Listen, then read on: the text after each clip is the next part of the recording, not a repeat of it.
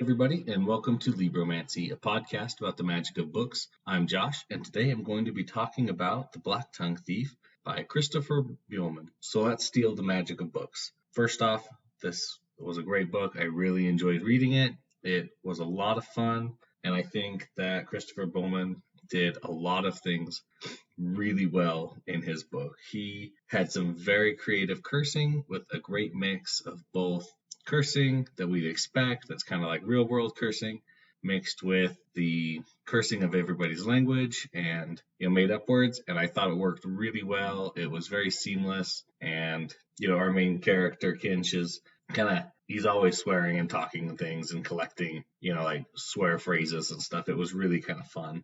Another thing that I really liked is that the integration of other languages, that not everybody just spoke the same language just because or understood each other. There were many instances where, because of cultural phrasing and just the different languages, somebody thought they were asking for something and they were asking for something else. And just that classic like misinterpretation where something that you say, if they take it literally because they don't speak that language, makes it so much better. And it was really fun to read those parts. They never like detracted or like took away from it. They were all great, and I loved it. I never felt like I got lost in the book, like where am I, who's doing what. It was always pretty apparent, who was on the page, who was talking. I mean, it was always from Kinch's voice, but like it was always pretty easy to tell where they are. I had a good sense of direction, even though the copy I got didn't have a map, and I don't know if the other ones will, but even if they don't, I never felt like I was unaware of kind of where things were situated. And part of that, I think, is the way that Christopher Buehlman, which I'm probably saying his name wrong, so I'm sorry, but the way he set the story up where Kinch is telling you, or at least we think it's Kinch telling us the story, and we don't know exactly the position he's telling us the story from. We just start with him talking to us, and it's very, very good. He gives us lots of information because, again, we know that this is being told, and so he can address the reader directly. And I think he did it really well. He never dumped too much information where I felt overwhelmed. He didn't answer every question I had, which I thought was great, but he did answer the important questions, the ones that matter.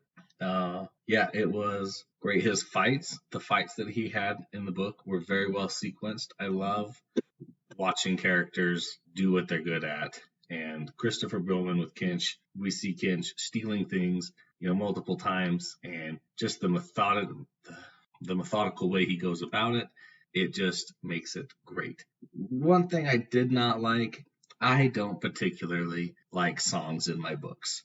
I can never figure out the cadence. I don't know what it sounds like. I have to be able to hear a song to really kind of get the flow of it, unless it's a very simple like rhyme or a limerick, and then I can kind of piece it together. But I just don't like songs in my books, and I know that they play a great part. They can be very good.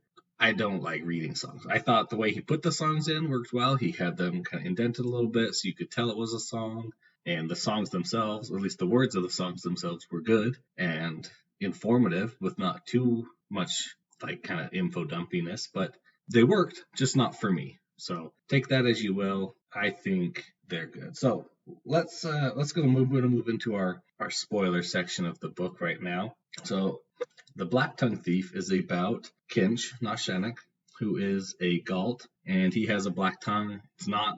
I thought it'd be a little bit more rare, but apparently it's not super rare. Lots of Galts have them. And so he is in the forest getting ready to rob somebody.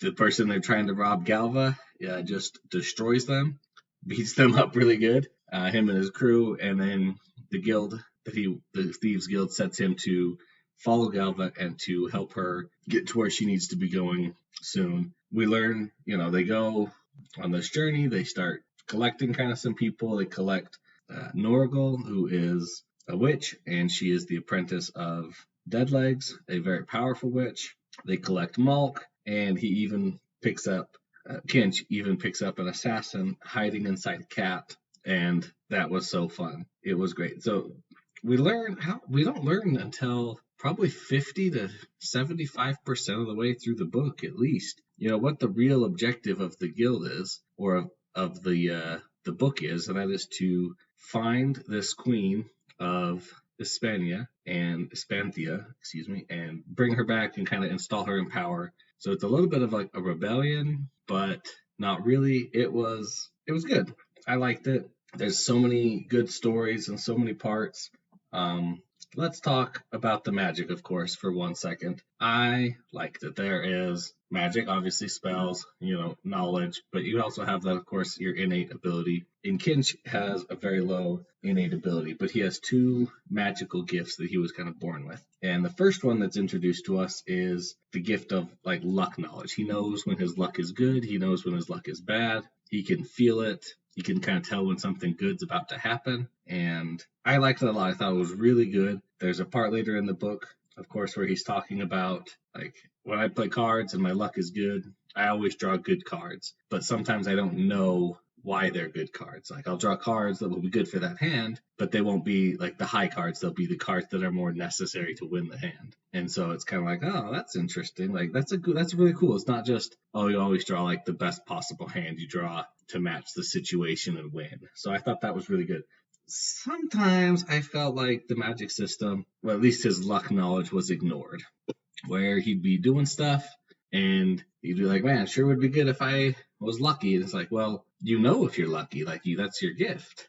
It wasn't that bad. It wasn't like throwing me out of the story completely, but when I thought about it, I was like, shouldn't he have known, like, based on his luck, like, whether things were going well or whether they were going to go poorly, at least in a general sense? That part was a little off to me. And the other magical gift that he has is that he is a cipher. So he can read and understand any written language, any codes that are easily broken by him, anything. And he has to be very careful, because if a cipher is found out, they're basically imprisoned, lavishly, but still imprisoned and forced to decode and read and encrypt things the whole time. He doesn't want that. And he gives a couple good examples of times when he has almost been tricked by it, hanging a sign on the front of a tavern that says, first beer free, just ask. And then realizing before he goes and asks that, hey, wait a minute, that's probably written in some dead language that doesn't exist or doesn't work anymore.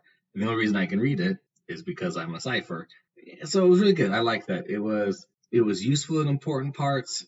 It never felt too coincidental. It was great. I also like, obviously, there's like cantrips and your general things. You can make somebody fall asleep if they're kind of tired. And then you can also use tattoos as magic. And the way those work is that you kind of like write the intent or the word behind it, and you tattoo it, and then it is in you, and then you can use it. So one of the tattoos was true hand turns. Basically, if you try and attack this guy and you're using your dominant hand, then your attack will turn and you'll miss. If you use your non-dominant hand, it doesn't affect you, because who swings a sword with their non-dominant hand? So I thought that was really cool. Very inventive use. We also see another use with the tattoos is that you can create sleeper tattoos, which basically hold a creature inside of the tattoo until you call them out. And then they can come out and get back in.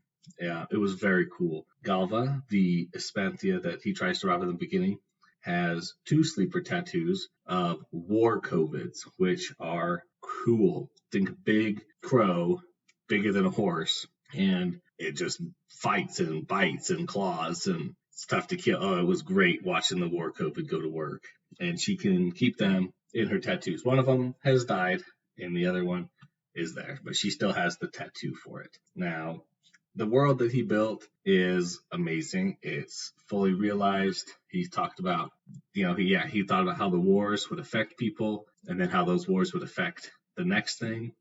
And it was very realistic, and, I totally understood it. I was like, yeah, of course, all the men went off to war, and then they died fighting goblins, and then they came again, so all the women had to go to war. So there's this huge age gap of people. It was great. So one of my favorite things is Bully the cat. He is a blind cat, just that Kinch decides to take care of, and their interactions are the funniest. He's a blind cat, so he just kind of walks around and hits stuff and then growls at it, and so funny.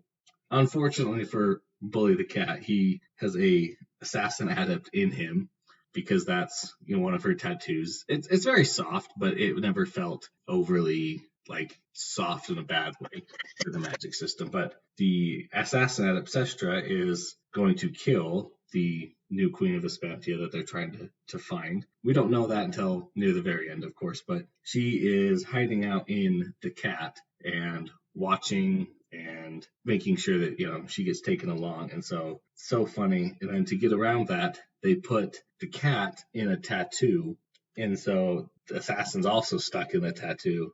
It was great, and there was some good foreshadowing where they talked about, hey, they can only come out if you use their true name and let them out, which I don't know what the true name of a cat is, but or if lightning hits. Lightning can kind of disrupt magic, and of course they have to use some lightning, and it does disrupt the tattoo near the end of the book, and the cat and the assassin get out. It was just great. But Bully the Cat, favorite.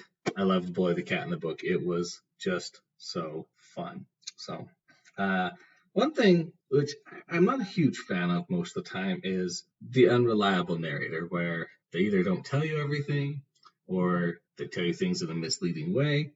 And you know that this is an unreliable narrator because near the end, he is working with, playing a game of towers against the Upright Man, kind of the kingpin boss of the last city they're in, where the Thieves Guild has been thrown out. And the game of towers sounds a lot of fun. It was very interesting. The way he played, the way Christopher Buhlman wrote that scene playing the game was excellent. It was as good as any fight scene, full of trips and traps and maneuvers. It was great. But the stakes for the game are, you'll tell me the information if I win, or I'll have sex with you if you win. And he doesn't want to have sex with the guy, and so he wins.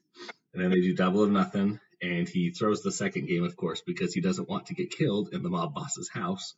And then, he goes us through, and he's like, okay, let's pretend, and he makes some noise, and then he's like, yep. And then he gave me, they talked, and he's like, and if you believe, he's like, and he didn't touch me one bit, and if you believe that, I envy you your beautiful life. And it's like, oh, okay, so he's literally telling me that I can't necessarily trust all of his words. And then if you go reread that and some other scenes, it kind of is like, oh yeah, I can see kind of where he is shuffling the truth or kind of like hiding the truth, but it's still in plain sight.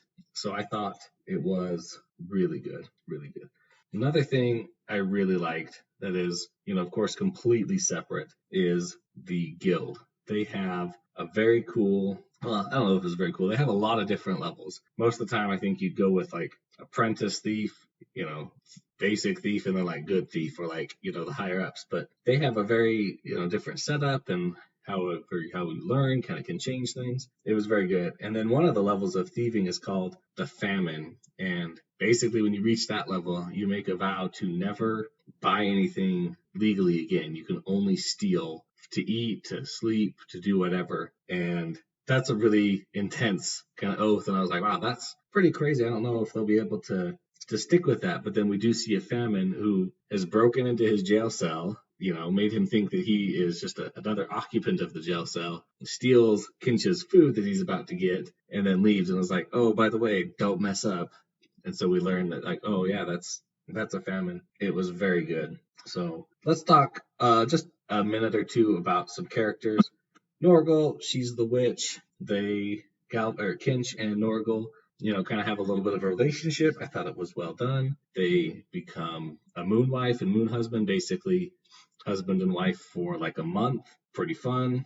She is a witch. She's a kind of an apprentice witch. So her spells that she casts are not perfect, but they are very powerful. Galva is the Espanthian that we are with the most in this book. She is a mistress of death and worships death. And so all throughout the book, she is there with people trying to, like, obviously she's a warrior. She's very good with the sword. But if somebody insults death, she does not take it well.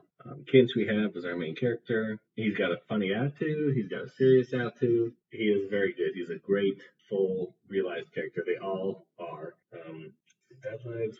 Deadlights is the Norgal witch master. She's Norgal's witch master. she's very powerful. She doesn't have legs. Her legs were crushed, and so she sews on like new legs with magic every day or two. And it was very impressive, those scenes with her. Let's talk about Malk. They meet Malk, who is another Gault with a black tongue, on their journey. And when they're passing through a town that has made peace, in quotes, with the goblins, and they have a game where it's not a game, it's a life or death game when I say game, but they have a situation where if you reach across and you can try and pull each other across, and if you pull the goblin, then you get to kill the goblin. If you pull the person across, you get to kill the person. Only one person can hold the other team, and then whoever jumps on can pull them and such. And just sounds like a really dumb game to try and play when your life is on the line, since lots of people have died by goblins. But Malk and them are walking next to the fence. Malk's talking to a goblin who's there because the goblin's like, hey, let's talk. And he's like, oh, I bet you couldn't reach across and pull me. I'm like, oh, you're a coward. And Malk just keeps getting angrier and angrier. And everybody's like, hey, Malk, leave the guy alone. Like, we don't want to get in a fight with a goblin right now because it's a freaking goblin city right there. Like, let's go. And Malk's like, no, you can't tell me what to do. Which I just thought was very teenagerish, especially for someone who fought in a war against goblins and survived, would know better. But, he reaches across, they pull, there's a big struggle. The goblins try and pull another kid at the same time. Most of the townspeople, of course, go to the kid they know, and not the adult they don't know. And so Malk gets pulled over to their side while they pull a goblin over to the human side. And we never see Gault again. Died. They're going to eat him. Very brutal, but I mean, I can't find too much sympathy for him because he didn't have to reach across the fence and grab it. He knew what was going to happen when he did. He knew that they were going to attack and try and pull him across. While I'm not going to say he's dead till I really see a body, I am pretty sure he is not coming back. It was very good. So that's going to wrap up my discussion of The Blacktongue Thief by Christopher Bowman. Again, very good book, very enjoyable, never felt out of place, never got lost. I always wanted to get back to reading it, and it was very good. So thanks for listening, everybody, and thanks to David Hillowitz for the intro and outro music. If you have any questions or comments, you can send them to libromancypod@gmail.com. You can find me on Twitter most of the time at libromancypod. When I post, I'm not posting very often, but I'm trying to get better at it. And I'm trying to keep my calendar up to date on the website, libromancy.podbean.com. Show them what books are coming up next if you want to read along. Please like and subscribe wherever you get your podcasts from. Really helps find new people and bring new people into the podcast. And always remember to steal the magic of books.